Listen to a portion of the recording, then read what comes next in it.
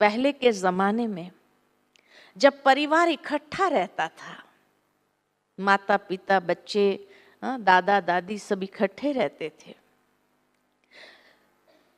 तो शाम का समय होते ही दादा अपने पोते को लेकर के घूमने जाते थे। कहाँ ले जाते थे पोते को? कहाँ ले जाते थे पहले के जमाने में? मंदिर तक ले जाते थे। और मंदिर में ले जाकर के दादा ने हाथ जोड़कर प्रणाम किया। ये देखकर पोता भी हाथ जोड़ के प्रणाम करता है। अगर दादा ने साष्टांग प्रणाम किया तो पोता भी साष्टांग प्रणाम करता है। उसके बाद दादा ने अपनी जेब से 1 रुपया निकालकर दान पेटी में डाला। ये देख करके पोता भी धोती खींचता और कहता, दो, मुझे भी दो, मैं भी डालना चाहता हूं। अगर दादा ने कह दिया मैंने डाल दिया ना, हो गया, नहीं, वो नहीं चलेगा, मुझे भी चाहिए, मैं भी डालना चाहता हूं। और उसको कोई मतलब नहीं कि कितना पैसा दिया गया उसको, लेकिन दादा जब उसको 10 पैसा पकड़ा, ले तू भी डाल दे। और जैसे ही पोते ने डाला, इतना खुश होता है, बड़ा खुश होकर के बाहर आते हैं, थोड़ी देर बाहर बैठते, फिर घर में आ जाते।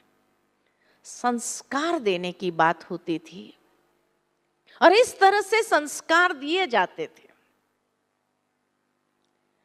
जैसे ही थोड़ी देर बैठकर घर आए, दूसरे दिन शाम होते ही वो पोता क्या करेगा? दादा के पास जाएगा, धोती खींचेगा, बोलना आता नहीं है, और इशारा करके कहता है, चलो चलो चलो। कहाँ चलना है? तो इशारा करता है, वहां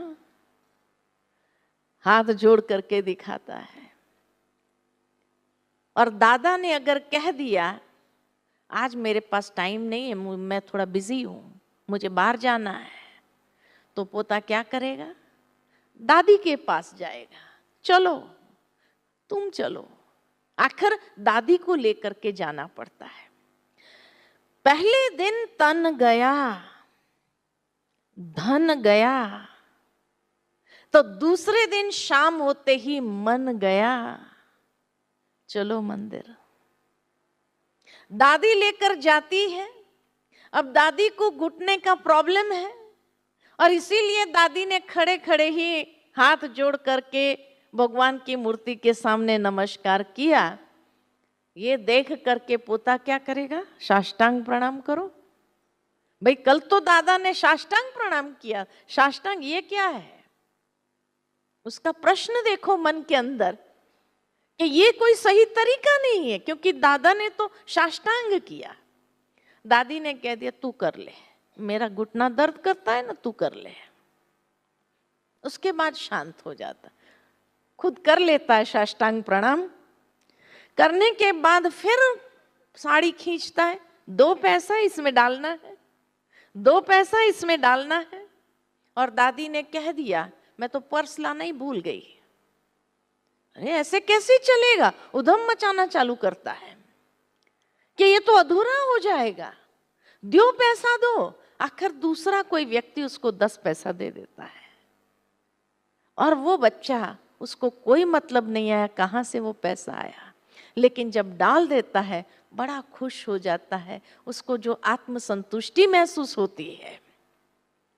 इसीलिए कहा कि पहले दिन तन गया, धन गया, तो दूसरे दिन मन जाता है, तन जाता है, धन जाता है। तन मन धन का शुद्धिकरण जब सही दिशा में, सकारात्मक दिशा में लगता है, तब ये जीवन रूपी यज्ञ शुद्ध होता है।